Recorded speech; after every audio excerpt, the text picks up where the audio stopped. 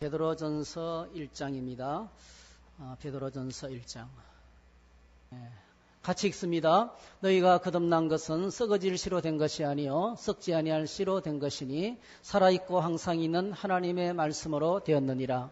그러므로 모든 육체는 풀과 같고 그 모든 영광은 풀의 꽃과 같으니 풀은 마르고 꽃은 떨어지되 오직 주의 말씀은 세세토록 있도다 하였으니 너희에게 전한 복음이 곧 이 말씀이니라. 아멘. 오늘 이 말씀을 가지고 참된 믿음의 기초, 믿음의 기초에 대해서 함께 생각하는 시간을 가지겠습니다. 기도하겠습니다. 하나님 아버지, 새해를 시작하게 하시고 이렇게 두 번째 주일날 주님의 백성들과 함께 찬송하고 또 소식을 나누고 또 기도의 시간을 통해서 은혜 받게 하시고 이제는 하나님의 말씀을 나누겠습니다. 주님, 주의 말씀을 전하는 종이 많이 부족합니다. 우리 주님께서 십자가로 가려주시고 하나님의 말씀의 뜻이 정확하고 분명하게 전달될 수 있도록 축복해 주시옵소서. 이 말씀을 기록한 성령께서 말씀의 뜻을 깨닫게 하시고 말씀대로 삶으로 말미암아 풍성한 열매가 가득하도록 축복해 주시기를 원합니다. 함께해 주시기를 소원하오며 예수님의 이름으로 기도하옵나이다. 아멘. 네, 저희들은 새해를 시작하면서 지금까지 계속 오늘 아침에 시편 123편인가요? 시편 122편까지 묵상했네요. 시편 119편을 거의 오랫동안 말씀 묵상하고 그리고 이제 오늘 시편 122편까지 묵상을 했습니다. 시편 119편은 한 장이 176절이나 됩니다. 웬만한 성경에 한 권같이 아주 많은 분량을 저희들이 묵상했습니다. 한 장이 176장, 성경에서 가장 긴 장을 저희들이 묵상했는데요. 주제는 딱 하나입니다. 성경입니다. 성경.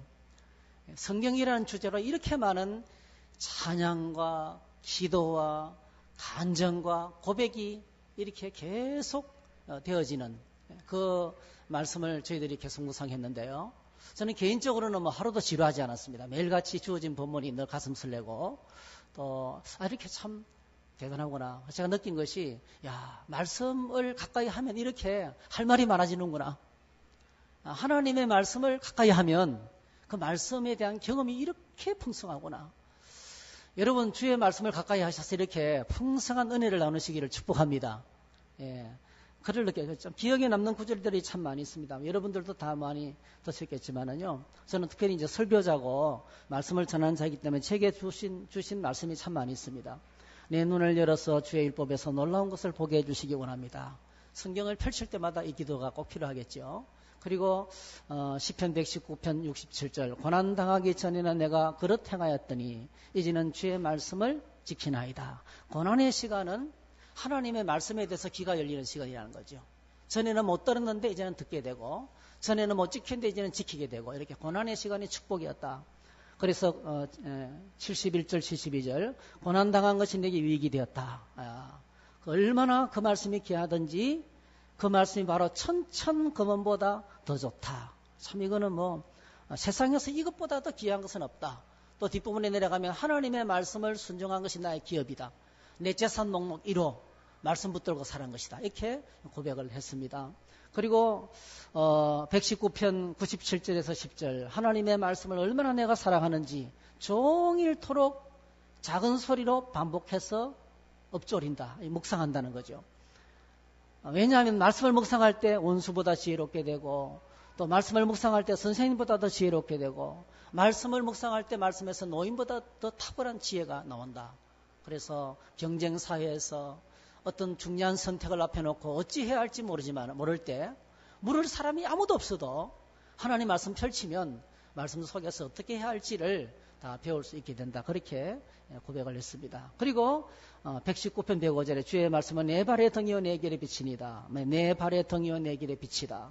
165절 주의 법을 사랑하는 자들에게는 큰 평안이 있으니 그들에게는 장애물이 없으리로다. 이렇게 이런 여러 가지 성경에 관한 이야기들을 참 많이 있었습니다. 그런데 이 말씀에 대한 찬양과 고백과 간정과 기도와 이 모든 것들은 이 시편 119편에 큰 백그라운드가 있어요. 그 배경은 바로 고난입니다. 고난. 예, 고난 가운데 말씀을 붙들었다는 거죠. 시인이 당하고 있는 극심한 고난이 있었습니다. 악인들, 교만한 사람들, 고관들의 협박과 거짓말, 말씀을 멀리한 자들, 대적들. 그러니까 이런 대인관계 때문에 오는 죽을 것만 같았던 환난과 고난이 있었는데 이 고난 가운데서 시인이 했던 것은 하나님 말씀을 붙잡았다는 거예요. 말씀 붙들고 그가 승리할 수 있었던 것은 말씀 속에 계속 버틸 수 있고 승리할 수 있는, 인내할 수 있는 힘을 말씀으로부터 공급받았기 때문입니다. 그래서 시편 119편 50절에 이렇게 말씀하시죠. 한번 같이 읽어보겠습니다. 이 말씀은 나의 고난 중에 위로라. 주의 말씀이 나를 살리셨기 때문입니다. 하나님의 말씀 때문에 내가 살았다 그랬어요. 여러분 이런 속담이 있죠. 예, 돌다리도 두들겨보고 걷느라는 속담이 있습니다. 우리는 지금 한 해를 시작하면서 두 번째 주일을 맞이하고 있습니다. 지난 주일에는 저희들이 행복한 공동체를 만들기 위해서 어떤 생각을 해야 되는지 함께 저희들이 행복한 공동체에 대한 주제를 가지고 같이 생각했습니다. 오늘은 저희들이 우리 신앙의 근원을 다시 한번 더 두들겨보는 내 신앙의 기초, 내 신앙의 기초에 대해서 한 번 더 돌다리를 두드리듯이 다시 한번 점검해보는 그런 시간을 가지려고 합니다. 이것은 시편 119편 전체의 주제입니다. 시편 119편의 전체 주제입니다. 그리고 시편 119편하고 똑같은 책이 하나 있는데요. 고난 가운데 주어진 말씀. 고난과 성경이라는 큰 주제를 가지고 우리에게 주어지는 신약 성경의 서신 가운데 하나가 베드로전서입니다. 베드로서가 바로 극심한 고난을 당하고 있던 그 당시에 초대교회 신자들을 향해서 주어진 예루살렘 교회의 지도자였고 그리고 리더였던 사도 베드로가 기록한 서신, 주었던 편지가 바로 이 베드로 전서입니다. 이 베드로 전서는 물론 베드로가 기록했죠. 베드로는 그 당시에 이제 최고의 권위를 가졌습니다. 교회에 가장 존경받는 지도자였습니다. 그런데 이 편지를 받는 사람들, 그러니까 베드로 전서 후서를 받는 신자들, 이 성경 말씀을 받는 사람들이 어떤 사람들인지는 우리 성경을 읽으면 금방 알 수 있어요. 1장 1절 2절에 보니까 예수 그리스도의 사도 베드로는 본도, 갈라디아, 갑바도기아, 아시아와 비두니아에 흩어진 나그네 곧 하나님 아버지의 미리하심을 따라 성령의 거룩하게 하심으로 순종함과 예수 그리스도의 핏부림을 얻기 위하여 택하심을 받은 자들에게 편지하노니 은혜와 평강이 너희에게 더욱 받을지어다. 어떤 사람들에게 편지하고 있습니까? 흩어진 나그네, 소아시아 여러 지역에 흩어져 있는 나그네. 이 흩어진 나그네는요, 누구를 가리키냐면은 그 당시에 유대인들을 가리키는 전문 용어였어요. 유대인들 하면 흩어진 나그네. 왜 그렇습니까? 나라 없이 민족 없이 나라 없이 오랫동안 하나님께서 그들을 흩었어요. 그래서 흩어진 나그네는 유대인들의 별명입니다. 유대인 그리스도인들. 흩어진 유대인 그리스도인들에게 이 편지를 썼죠. 그 다음에 2장 10절 한번 읽어보겠습니다. 시작. 너희가 전에는 백성이 아니더니 이제는 하나님의 백성이요 전에는 긍휼을 얻지 못하였더니 이제는 긍휼을 얻으니 전에는 하나님의 백성 아니더니 이제는 하나님의 백성 되었습니다. 누굽니까?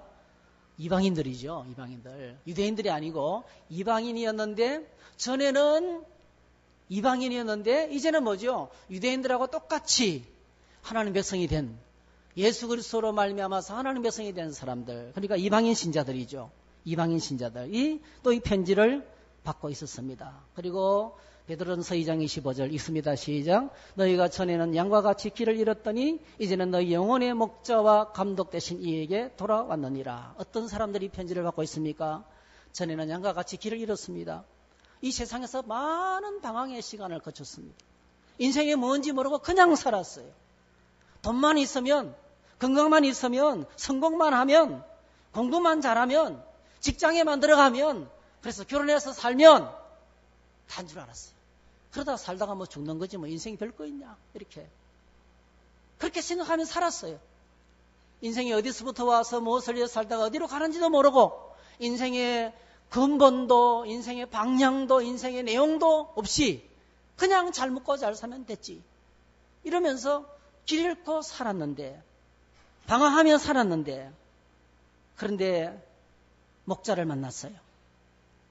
내 인생의 주인을 찾았습니다. 길 잃고 방황했는데 목자가 날 차단했습니다. 누굽니까?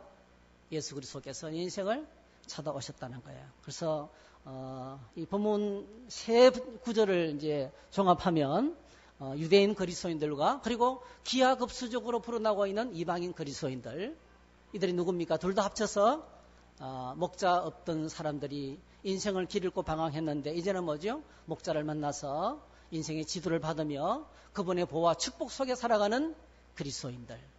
그러니까 이 수신자들은 이 베드로전서를 받아서 편지를 읽는 사람들은 한 사람이 아닙니다. 개인이 아닙니다. 공동체입니다. 유대인 그리스도인들 그리고 계속 많아지고 있는 이방인 그리스도인들 혼합 공동체입니다.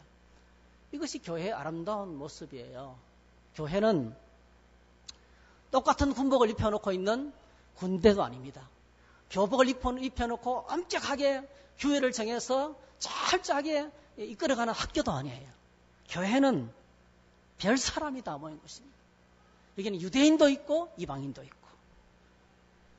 그렇지만 교회는 어떤 것입니까? 교회는 방황을 끝내고 영혼의 목자를 만나는 사람들의 공동체입니다.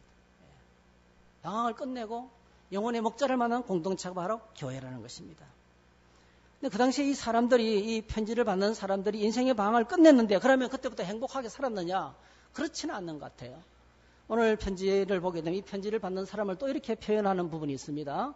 베드로전서 2장 11절 한번 읽어보겠습니다. 시작. 사랑하는 자들아 거류민과 나그네 같은 너희를 권하노니 영혼을 거슬러 싸우는 육체의 정욕을 제어하라. 어떻게 부르고 있냐면 거류민과 나그네 같은 너희들.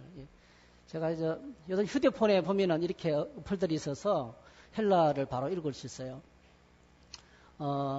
우리 다번역 성경에는 없고요. 이런 헬라가 나오는 어플이 있는데요. 거기 보시면 거류민을 파로이쿠스, 코스라 읽어도요. 파로이코스. 그 다음에 또 나그네를 파레피데무스 이렇게 읽어요. 근데 이 어려운 헬라를 왜 보여드리냐면은 이 단어에 둘 다 똑같이 들어가 있는 단어가 있어요. 그게 파라라는 단어입니다. 파라. 한번 따라 하실까요? 파라. 파라라는 단어는요. 곁에 있는 사람이 뜻입니다. 곁에 있는 사람. 오늘 이 세상에서 가장 우리의 소원이 바라면 주류가 되는 거잖아요. 주류. 세상을 주도하는 사람. 어떤 공동체를 이끌어가는 사람. 주도하는 사람이 우리가 되고 싶잖아요. 근데 그 당시 그리스도인들은 주도하는 자들이 아니었습니다. 그냥 변두리에 있는 사람들이었습니다. 사회 한 변두리에서 아무 영향력도 없이 아무 힘도 없이 까다로운 주인을 모시고 하루 종일 수종 들고 아무리 해도 일이 끝나지 않고 몸의 피곤이 누적되어서 회복이 안 되는 사람들. 어저께 한 청년이 저에게 문자가 왔어요. 목사님, 밤에만 일하다 보니까 피곤이 누적돼서 어쩔 줄 모르겠다고. 주일 아침에 눈이 안 떠진다고. 그런 고백을 했습니다. 우리가 오늘 이 시간에 세상살이가 그렇잖아요. 세상살이가 그렇게 피곤이 아침에 자고 일어나면 깔끔하게 기분이 상쾌해지고 몸이 완전히 회복되는 그런 컨디션을 갖고 또 새 직장에 나가는 것이 아니고 여전히 찌뿌통한 몸을 가지고 일을 해야 되기 때문에 또다시 일터로 나가는 우리와 같은 사람들. 그런데 놀랍게도 그들은 예수님을 중심에 모시고 영혼의 목자를 만났기 때문에 그 주인이 보니까 신기한 거예요. 어떻게 살았습니까, 이들이? 그렇게 파라로 변두리에 이름도 없이 빛도 없이 까다로운 주인을 모시고 살아가는 종들로 노예들로 그렇게 살았지만은 집도 없는 나그네 거류민같이 떠돌이같이 살았지만은 주인이 보니까 기쁘게 살아가는 거예요. 아주 행복하게 살아가는 거예요. 그래서 베드로전서에 보면 뭐라고 말합니까? 너희 안에 소망이 뭐냐? 너 무슨 소망으로 그렇게 살아가느냐? 내가 볼 때는 행복할 이유가 하나도 없는데 뭐 때문에 기뻐하느냐? 그렇게까지 질문을 받았던 사람들이 바로 이 베드로 전서를 받는 그 당시에 신자들이었다는 것입니다. 여러분 그렇습니다. 세상은 주류들이 움직이는 것처럼 보이지만은 종들을 거느린 주인의 마음에 감동을 주는 종을 거느린 까다로운 주인의 마음에 감동을 주면서 살았던 이 보잘것없는 초라한 사람들에 의해서 역사는 바뀌는 거예요. 세상 역사가 그렇게 그래 엄청난 시대적인 변화가 이들을 통해서 우리 안에 찾아오게 된 것을 보게 되는 것입니다.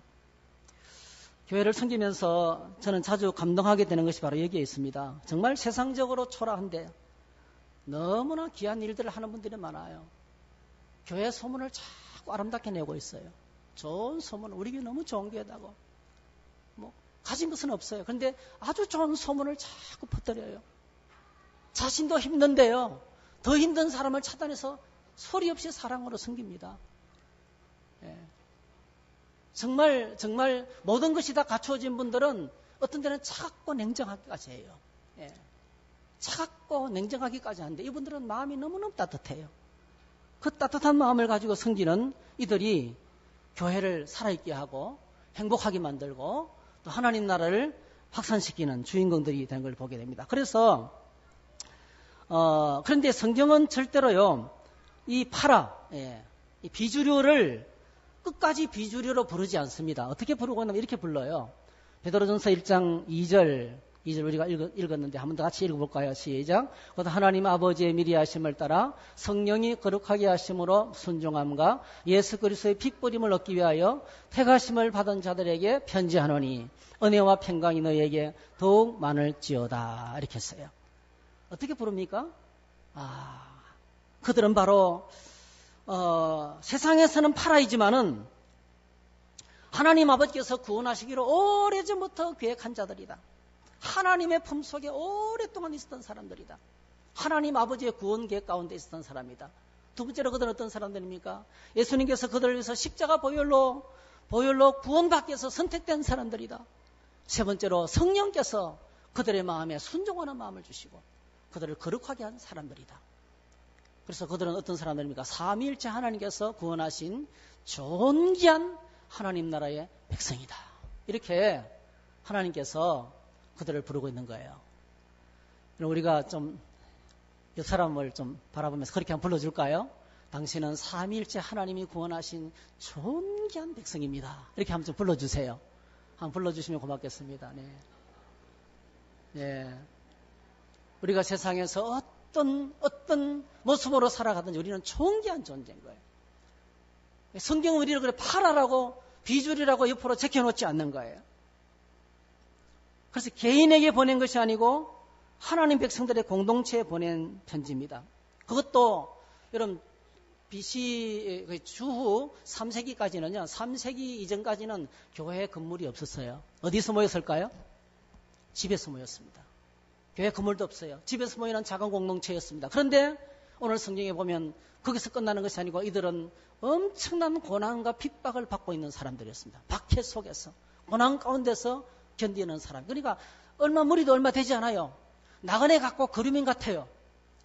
저 사회 한쪽 기통에서 이들이 아무리 고통을 당해도 이들의 고통에 대해서 알아줄 사람이 아무도 없어요. 그들을 향해서 오늘 사도 베드로가 위로하고 격려의 편지를 보내고 있는 것입니다. 많은 고난을 당하고 있는데 그들을 위로하고 있습니다. 여러분 어떻게 위로할 수가 있겠어요? 여러분 어려운 일을 만나는 사람들에게 어떻게 위로하십니까? 다 잘 될 거예요. 그런 말만 들어도 조금 위로가 되죠. 이 또한 지나가리라. 그런 말을 들어도 또 위로가 됩니다. 힘든 상황을 만났을 때 조금만 참으면 지나가게 될 것입니다. 예. 위로가 될 거예요. 근데 진정한 위로는 사람의 말 속에 있지 않습니다. 아무리 사람이 좋은 말을 가지고 다가가서 이야기해도 진정한 위로가 전달될 수가 없어요. 입장을 바꿔놓고 생각하기가 어렵거든요. 물지 말라 그러면 속으로는 고맙다. 겉으로는 고맙다 그래도 속으로는 너도 이런 일을 당하면 안 그럴걸? 그렇게 완벽하게 절대로 전달되지 않습니다. 사람의 말로 우리가 위로가 전달되는 것은 거의 불가능합니다. 그래서 베드로가 선택한 방법은 그들에게 하나님이 누구신지 가르치고 있다는 거예요. 하나님이 어떤 분이신지에 대해서 가르치는 것이요. 이 짧은 베드로전서에 39번이나 나와요. 거의 로마서와 맞먹는. 로마서에서 계속 하나님이 어떤 분이신지 가르치고 있는데요. 거의 로마서와 맞먹을 정도로 엄청나게 많은 횟수를 가지고 하나님이 누구신지 격려를 하고 있습니다. 여러분 그렇습니다. 진정한 격려와 위로는 하나님이 누구신지 아는 것이 있습니다. 놀라운 은혜입니다. 고난을 통해서 하나님을 알게 됩니다. 고통의 시간을 통해서 하나님을 알게 되고요. 그리고 말씀을 통해서 하나님이 더 깊이 알아가게 됩니다. 진정한 믿음은 하나님의 말씀을 통해서 알아가게 된다는 그런 진리인 것입니다. 요한복음 17장 3절에 보니까 이렇게 말씀하고 있죠. 영생은, 믿음은 다른 말로 바꿔도 괜찮아요. 구원은 유일하신 참 하나님과 그가 보내신 자 예수 그리스도를 아는 것이다. 하나님을 깊이 알아갈 때 진정한 믿음이 생기고 거기서 위로가 생긴다. 그렇게 우리에게 전하고 있습니다. 그래서 베드로 사도가 이야기를 꺼냅니다. 그들의 신앙의 근원과 관련된 문제를 꺼내기 시작하는 거예요. 그게 오늘 저희들이 읽었던 본문입니다. 너희가 거듭난 것은 썩어질 씨로 된 것이 아니요 썩지 아니할 씨로 된 것이니 살아있고 항상 있는 하나님의 말씀으로 되었다 했습니다. 여러분 썩지 않는 씨 특징이 뭘까요? 썩지 않는 씨의 특징이 뭘까요? 썩어버린 씨는 생명력이 없습니다. 근데 썩지 않은 씨는 그 속에 생명력이 살아있습니다. 그것이 심겨지면 자라고 그리고 열매 맺고 꽃을 피우고 기쁨이 있습니다. 이렇게 썩지 않는 씨. 그래서 오늘 저희들이 하나님의 말씀을 섭취하고 하나님의 말씀을 소유하는 것은 이 썩지 않을 씨로 되어진다는 거예요. 그러니까 우리가 거듭난 것은 그냥 된 것이 아니라는 거예요. 썩지 않을 씨가 우리 안에 들어와서 우리가 구원을 받았다는 겁니다. 다시 말씀드리면 우리가 아무리 이 세상을 살면서 고난을 당하고 나그네처럼 그리민처럼 그렇게 힘들게 일하고 겨우 먹고 살아가면서 사회적으로 멸시와 천대를 받으면서 이렇게 힘들게 살아가고 있지만은 기억하라는 거예요. 우리 안에 생명을 주는 살아있는 하나님의 말씀이 있다는 거예요. 우리가 자주 경험하는 영적인 사건들이 참 많죠. 여러분 이런저런 일이 힘들 때 주일 예배 참석했어요. 혼자 말씀을 펼쳤어요. 새벽 기도에 나왔어요. 수요 기도에 나왔어요. 셀 모임에 나갔어요. 힘들 때요. 힘들 때 성경을 딱 펼치면 가슴이 쿵 해요. 그냥. 그때는 그 말씀이 다 그렇게 나를 위한 말씀으로 들려오는 거예요. 그런 거 경험 많이 하셨죠? 고난의 시간에 놀랍게도요. 고난당하기 전에는 내가 그렇게 행하였더니 이제는 주의 말씀을 지키나이다. 고난의 시간에 놀랍게도요. 하나님의 말씀이 된 귀가 열리는 거예요. 그 말씀이 내 가슴에 쿵 하고 와닿는 거예요. 말씀이 내 속에 들어. 근데 그 말씀은 뭐죠? 살아있는 말씀이에요. 나를 살아있게 만들고 나를 회복시키시고 내 안의 상처를 치료하고 세상에 줄 수 없는 평안을 주는 겁니다. 그걸 경험하는 거예요. 한번 따라 하실까요? 말씀이 나를 살린다.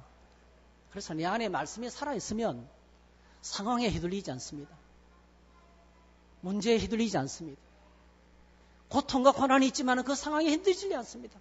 말씀이 내 안에 살아있으면 평정을 되찾을 수 있습니다. 그래서 어떻게 해야 되겠습니까? 사도 베드로가 우리에게 이렇게 권하고 있어요. 세 가지를 요청하고 있어요. 버릴 것은 버리라. 버려라. 사모해라. 그리고 경험하라. 이 세 가지를 들려주는 거예요. 자, 베드로전서 2장 1절에서 3절 같이 한번 읽겠습니다. 시작. 그러므로 모든 악독과 모든 기만과 외식과 시기와 모든 비방하는 말을 버리고 갓난아기들 같이 순전하고 신령한 자를 사모하라.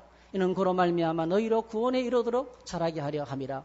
너희가 주의 인자하심을 맛보았으면 그러하리라.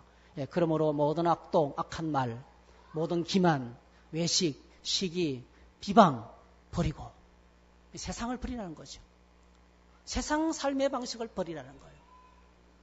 그럼 오늘 저와 여러분들이 하나님의 거룩한 말씀을 받기 전에 우리 안에 이런 것들을 비울 수 있기를 축복합니다. 깨끗하게 청소해야 되는 거죠. 내 안을 깨끗하게 청소하지 않으면 절대로 말씀이 안 들려옵니다. 아무리 청산유수같이 말하고 아무리 은혜를 많이 받아도 그 사람 은혜 못 받아요. 내 속을 비워야 됩니다. 깨끗하게 비워야 돼요. 두 번째로 갓난아기들 같이 순전하고 신령한 짓을 사모하라. 하나님의 말씀을 사모하라는 거예요. 아기들 보세요. 아기들 막 우러제끼잖아요. 예배 드리고 있어도 아무 상관없어요. 자기의 욕구와 필요를 위해서 막 울어제낍니다, 여러분. 그렇죠? 얼마나 절박하게 울어제낍니까? 갓난아이들 같이 하나님의 말씀을 사모하라. 우리 시편 119편에 보니까 말씀 읽어야 되는데 일이 자꾸 터지는 거예요. 말씀 읽을 시간이 없는 거예요. 그래서 속이 상한다. 말씀 읽어야 되는데 속이 상한다. 속이 상할 정도로 말씀을 사모했습니다. 그렇게 사모하라는 거예요. 이렇게 하나님 말씀을 사모할 때, 말씀을 섭취할 때 우리 안에 있는 믿음이 자란다는 거죠. 내 안에 것이 성장하고 회복하고 열매 맺는 역사가 나타나게 된다는 것입니다. 그리고 세 번째, 너희가 주의 인자하심을 맛보았으면, 이거 뭐죠? 경험하라는 거죠. 이미 우리가 경험했잖아요. 이미 저희들이 지난 시간 동안에 살아오면서 말씀해주는 은혜를 많이 경험했습니다, 여러분. 지난 시간 동안에 경험했으면 앞으로도 계속 경험하라는 거. 계속 말씀 붙들고 말씀해주는 축복을 경험하며 살아가는 거죠. 이 근면을 오늘 사도 베드로가 우리에게 들려주고 있는 것을 보게 됩니다. 그리스 로마 신화에 보면 이런 인물이 있어요. 안타이오스라는 신화가 있어요. 안타이오스. 여러분 이런 그림 많이 보셨을 거예요. 안타이오스. 참 이 이야기를 잘 만드는 것 같아요. 안타이오스 시는요, 여러분이 혹시 아시겠지만 포세이돈 바다의 신하고 가이아 신, 땅의 여신, 바다의 신과 땅의 신이 만나서 낳은 아들이에요. 그러니까 어마어마한 힘을 갖고 있어요. 이 안타이오스를 이길 사람이 없는 거예요. 거인입니다, 거인. 최고의 힘을 그래서 이 친구가 리비아에 살면서 자기 앞을 누가 사람이 지나가면 시비를 붙이는 거예요. 그래서 레슬링을 했어요. 레슬링. 힘 교육을 했습니다. 힘 교육에서 지면 이 안타이오스는 그 진 사람을 죽여서 포세이돈하고 가이아에게 제물로 바치는 거예요. 그러니까 자기 엄마 아버지에게 얼마나 효도를 잘하는, 심지어는 갖다 줄 수 없다는 뼈를 모아다가 갖다 줬대요. 신전에 갖다 바쳤대요. 그렇게 어머니 아버지를 충성하는 바다의 신과 땅의 여신의 아들입니다. 그런데 이 안타이오스는 어디서부터 힘을 얻냐면 땅으로부터, 어머니 가이아로부터 땅의 신으로부터 힘을 공급하는데, 누워 잘 때도 등을 땅에 대고 잔대요. 등에 땅을 대고 잡니다. 잠을 잘 때. 그러면 땅으로부터 모든 기운을 다 받는 거예요. 싸움을 할 때도 발이 땅에 붙어있기만 하면 싸우면서 계속 힘을 공급받는 거예요. 그러니까 상대방은 지쳐가지만은 이 사람은 계속 더 강해지는 거예요. 발에 땅이 붙어있는 이상. 그러니까 이 사람을 감당할 사람이 없는 거예요.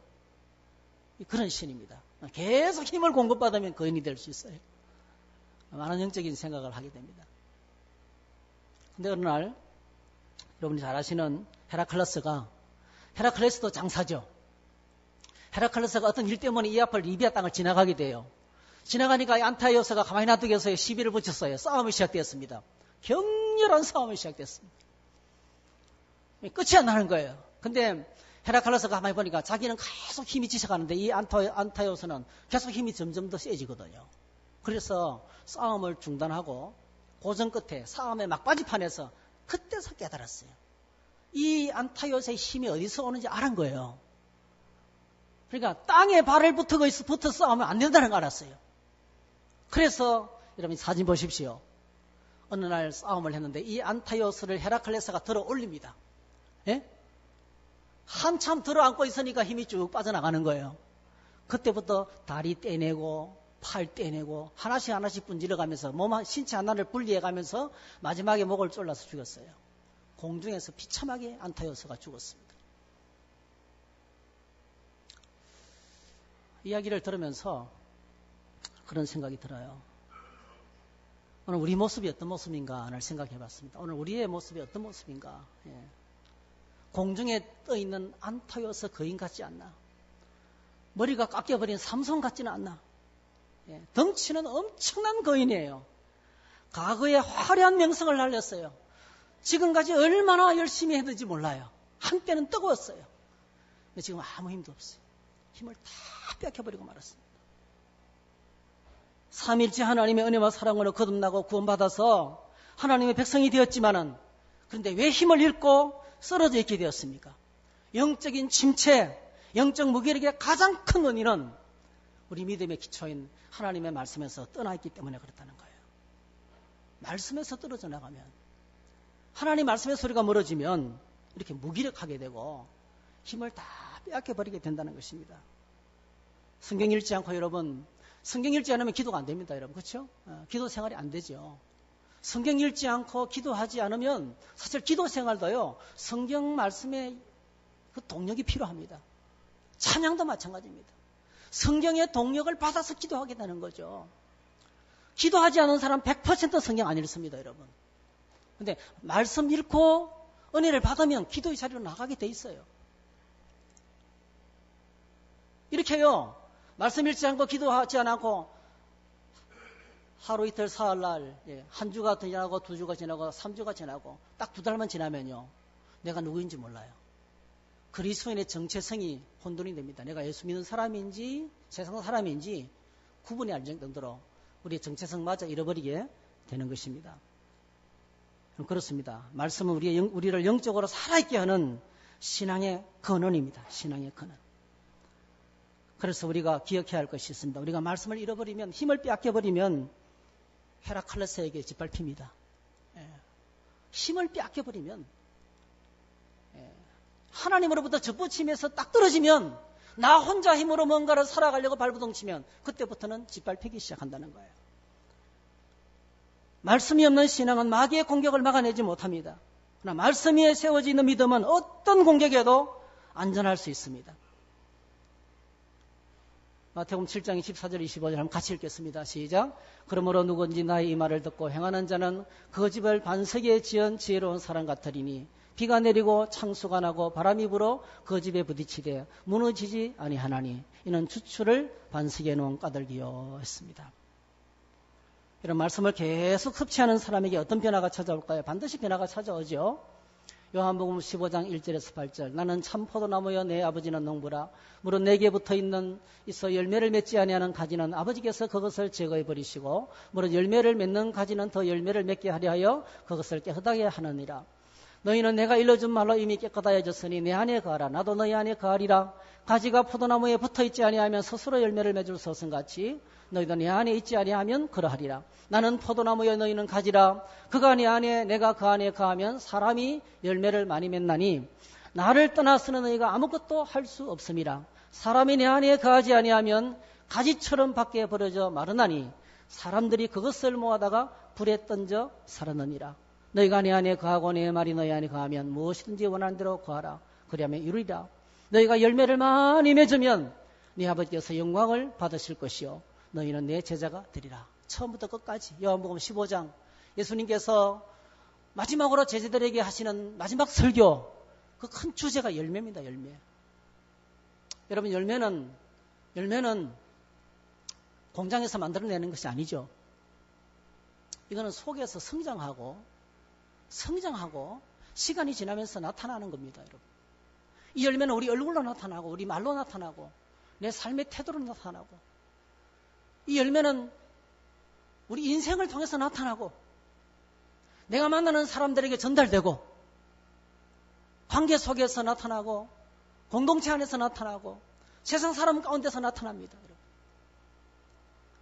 하나님의 말씀이, 오늘 말씀에 의하면 하나님의 말씀이 우리 안에 거하면, 너희가 내 안에 거하고 내 말이 너희 안에 거하면 우리가 서로 연합해서 하나가 되어 있고 주님과 연합해서 하나가 되었고 하나님의 말씀이 내 안에 거하면 열매가 맺힌다는 거예요. 오늘 저희 교회가, 오늘 저와 여러분들이 이렇게 열매가 가득하기를 축복합니다. 열매가 가득한 인생. 그럼 우리 눈이 반짝입니다, 여러분. 하나님 말씀이 내 안에 들어가서 말씀의 맛을 알고 그럼 복음의 광채를 경험하게 돼요. 예수님의 십자가 하면 감동이 올라와요. 하나님의 열정에 다시 불이 붙습니다, 여러분. 복음의 은혜와 능력을 간증하게 됩니다. 십자가라는 말만 들어도 눈물이 흐릅니다, 여러분. 십자가의 능력이 얼마나 대단한지 몰라요. 지난주에 한 분이 저한테 그러더라고요. 자기가 이렇게 예수 믿고 교회에 앉아 있는 게 이상하대, 어색하대. 이런 일이 있을 줄 꿈에도 생각하지 못했대요. 제가 맞장구 쳤어요.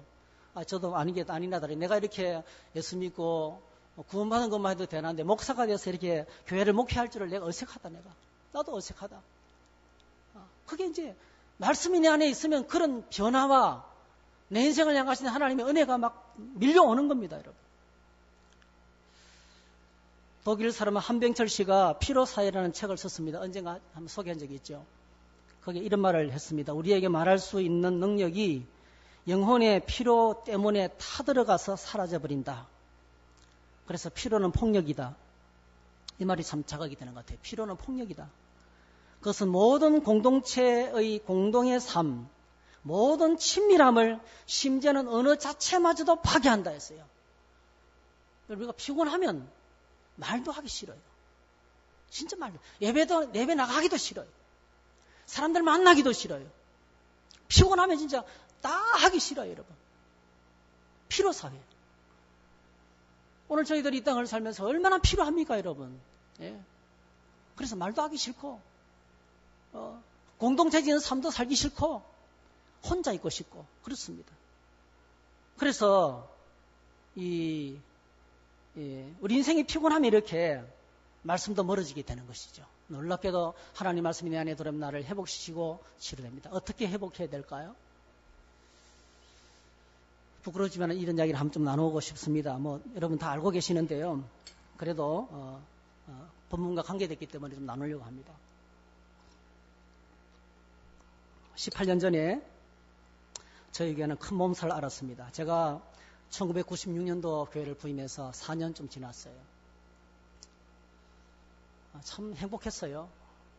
목욕탕에 빨가벗고 있는데 장로님이 저를 우리 교회 목사님이라고 막 소개하시고 같이 목욕하면서 행복한 시간을 가졌는데 부임한 지 한 4년 만에 이제 힘든 일이 생겼어요. 그래서 교회 중직자의 4분의 3이 교회를 떠났습니다.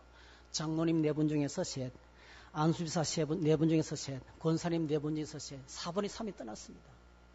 남아있는 분들은 4분의 1밖에 안 남았어요. 교회 유지가 안 되죠. 헌금 제일 많이 하신 분들이 다 떠났어요. 부목사 생활을 하다가 첫 임지 청주 성도교회에서 있는 힘을 다해서 교회를 섬기고 있었는데 사실 많이 부족했죠. 엄청난 충격이 왔습니다. 충격으로 몸이 흔들렸고 귀에는 소리가 나고 주일날 표시는 안 냈지만 강대상에 서 있으면 이걸 안 잡으면 넘어가는 거예요, 제가요. 이걸 붙들고 제가 말씀을 전했습니다. 그러니까 그렇게 힘드니까요. 정말 아무것도 못 하겠더라고요. 근데 아이들이 여름이 됐는데 놀러 가재요. 계곡에 놀러 가재요. 그래서 저는 아이들을 데리고 그래 계곡에 풀어놓고 나 차 안에 좀 쉬려고 어쨌든 간에 갔어요. 화영동 계곡을 지나서 송면 계곡으로 왔습니다. 거기는 돈을 안 내도 되니까 길가에 이제 그 계곡 옆에 차를 세워놓고 봉고차를 세워놓고 저는 좀 들어눕고 아이들 좀 계곡에 내려보내려 했는데 계곡에 내려가니까 물살이 너무 센 거예요. 애들을 혼자 둘 수가 없더라고요. 그래서 같이 놀아줘야 되겠더라고요. 그러니까 저는 어릴 때 시골에서 그 소쿠리 들고 미꾸라지 잡은 경험밖에 없어요. 낚시를 해본 경험이 하나도 없습니다. 이거 바늘 먹는 것도 불가능했어요. 그래서 가게 가니까 놀 수 있는 게 없나 하니까 주인이 피라미 낚시 이런 거 파리 낚시 있잖아요. 견지 낚시 그걸 몇 개 주는 거예요. 그날요 피라미 낚시를 하는데 얼마나 많이 잡았는지 몰라요. 계곡물에 흘러보내면요 한꺼번에 2마리, 3마리, 4마리까지 다 붙는 거예요. 막 우두둑 하는 거예요. 그래서 제가 잡았다 그러고 또 뛰고 또 잡았다 그러고 또 떼고요. 그리고 한 얼마도 안 했는데 하여튼 그 대병에 가득 채운 거예요. 피라미를. 근데요 제 몸에 변화가 온 거예요. 한 2시간 시간 놀고 나니까요. 그렇게 하고 나니까요. 귀에서 소리 나는 게 없어진 거예요. 그때 하나님께서 제 마음에 어떤 말씀을 주시냐면 이게 리크리에이션이다. 리크리에이션. 이 노는 거라는 거예요. 노는 게 그냥 노는 게 아니라는 거예요. 여러분 낚시 어떻게 하고 교회 어려운 사정 그 이야기 하려고 한 게 아닙니다. 어떻게 회복이 되느냐는 거예요. 오늘 저와 여러분들이 신앙에 회복이 찾아와야 되잖아요. 어떻게 회복될 수 있을까요? 왜 오늘 저와 여러분들이요 대자연 속에 나가서 그렇게 지내면 회복이 일어날까요? 어저께 몸이 되게 불편하신 우리 교회 집사님 한 분하고 가족하고 같이 시간을 잠시 가졌거든요. 어디 갔다 오신다 했더니 어디 뭐 좋은 곳에 좋은 저수지에 갔다 오셨대요. 예? 근데요, 제가 딱 느꼈어요. 벌써요, 얼굴빛이 다르고 말이 분명해진 거예요. 회복돼 있더라고요. 여러분, 힘들 때 이 대자연 속에 들어가서 그래가 파란 하늘, 흘러가는 구름, 그 다음에 또 그 새소리, 맑은 물소리, 이런 걸 들으면서 있으면 왜 회복이 일어날까요? 그건 성경입니다, 여러분. 성경. 왜 그러냐면은 우리 인간이 흙으로부터 왔어요. 다시 말씀드리면 우리는 자연의 일부입니다. 우리가 자연의 일부라고요. 그 자연 속으로 다가가는 거예요. 우리 근원에, 우리의 육신의 몸의 근원으로 간 거예요. 근원. 근본으로 찾아간 거예요. 그래서 물소리 듣고 새소리 듣고 아름다운 자연을 보고 그 속에서 막 소리치고 놀았는데 회복이 되는 것은요, 우리가 자연의 일부가 이미 된 거예요. 그렇게 되면 회복이 일어나는 거예요. 사랑하는 성도 여러분, 신앙의 회복은 왕도가 없습니다. 오늘 저희들이 하나님의 말씀이 우리의 기초입니다. 신앙은 거기서부터 시작되는 거예요. 우리 믿음의 출발은 거기입니다, 여러분. 우리 믿음의 근원은, 우리 믿음의 기초 자리는, 우리가 찾아가야 될 기본 자리는 말씀의 자리라는 거예요. 그러면 회복이 나타나고 변화가 나타나고 생명의 역사가 나타나고 열매가 맺히기 시작하는 것입니다. 여러분, 다시 말씀을 붙잡으시기 바랍니다. 다시 말씀을 붙잡으시기 바랍니다. 다시 하나님 보좌 앞에 나가시기 바랍니다. 다시 말씀 붙들고 기도하는 것밖에 없습니다, 여러분. 어떤 문제가 터지면 말씀부터 붙잡아야 돼요. 하나님 말씀 붙잡으면 회복이 나타납니다, 여러분. 그래서 오늘 본문에서 놀라운 결말을 소개해주고 있어요. 자, 어떤 변화가 찾아옵니까? 베드로전서 1장 24절, 25절. 그러므로 모든 육체는 풀과 같고 모든 영광은 풀의 꽃과 같으니 풀은 마르고 꽃은 떨어지되 오직 주의 말씀은 세세토록 있도다 하였으니 너에게 전한 복음이 곧 이 말씀이라 그랬습니다. 오늘 말씀을 섭취하면 이런 변화가 우리에게 찾아옵니다. 어떤 변화가 찾아옵니까? 하나님의 말씀의 은혜를 받기 전에는, 말씀을 소유하기 전까지는 이 세상 모든 것들, 자, 모든 육체, 그 모든 영광, 이 세상 모든 영광이 나의 전부였어요. 세상의 영광이 압도해서 나는 언제 저렇게 살아가나? 나는 언제 저렇게 화려하게 살아가나? 종으로 살아가고 노예로 사는 사람들은 저 변두리에서 그냥 있는지도 모르고 살아가는 수많은 사람. 우리는 언제 시민권을 얻고, 언제 시티즌을 회복하고, 언제 영주권을 얻고, 언제 떵떵거리며 저렇게 살아갈 것인가? 이렇게 생각했는데요. 믿음 안에, 하나님 말씀이 내 안에 들어오고 나니까 눈이 열리면서 어떻게 보기 시작합니까? 그 모든 것들이 다 풀과 같고, 세상 모든 영광이 풀의 꽃과 같고, 너무 초라한 거예요. 네. 아무것도 아닌 거예요. 그냥 왔다 가는 겁니다, 여러분. 오늘 저와 여러분들이 어디에 목숨을 걸고 있습니까? 100년 후에도 그 문제가 계속될 수 있을까요? 다 지나갑니다. 다 없어집니다. 다 헐기됩니다. 그게 보이는 거예요. 근데 뭐가 영원합니까? 하나님의 말씀은 영원하다. 영원한 것이 보이기 시작하는 거예요. 그래서 바라보는 것이 달라지고, 말하는 것이 달라지고, 생각하는 것이 달라지는 것입니다. 가치관이 달라지는 것입니다. 한 해를 시작하고 계시는데 여러분, 지금까지 어떻게 해오셨든지 상관없습니다. 다시 신앙의 근원으로 돌아가시기를 축복합니다. 다시 하나님 말씀을 묵상하십시다. 다시 말씀을 다시 읽으셔야 됩니다. 여러분, 읽는 데 말씀을 다시 차근차근 읽는 것부터 시작해야 됩니다. 저는 최근에 제 생활 라이프 스타일을 완전히 바꿨어요. 새벽기도 마치고 집에 가면 난로불을 피워놓고 그때부터 성경을 읽어요. 그날치 이제 그 말씀 묵상 밑에 보면은 그 석장, 넉장 있잖아요. 읽어요. 잘 못 읽을 때는 그냥 오디오로 틀어놨습니다. 그리고 잠을 자지 않고 그때부터 움직이기 시작했어요. 그런데요, 그렇게 하나님 말씀이 내 안에 말씀을 습착하기 시작하니까 일단 제가 살겠더라고요. 제가 회복이 되는 거예요. 사랑하는 성도님, 오늘 저와 여러분들이 새해를 시작하면서 이 근원으로 돌아가고 하나님 말씀을 붙잡을 때 하나님께서 다 회복해 주실 줄로 믿습니다. 평안을 주시고 기쁨을 주시고 열매가 맺게 하시고 또 모든 것이 다 회복되는 그런 은혜를 누리게 될 줄 믿습니다. 그렇게 되기를 주의 이름으로 축복합니다. 할렐루야. 자리에 일어나셔서 함께 찬양하겠습니다.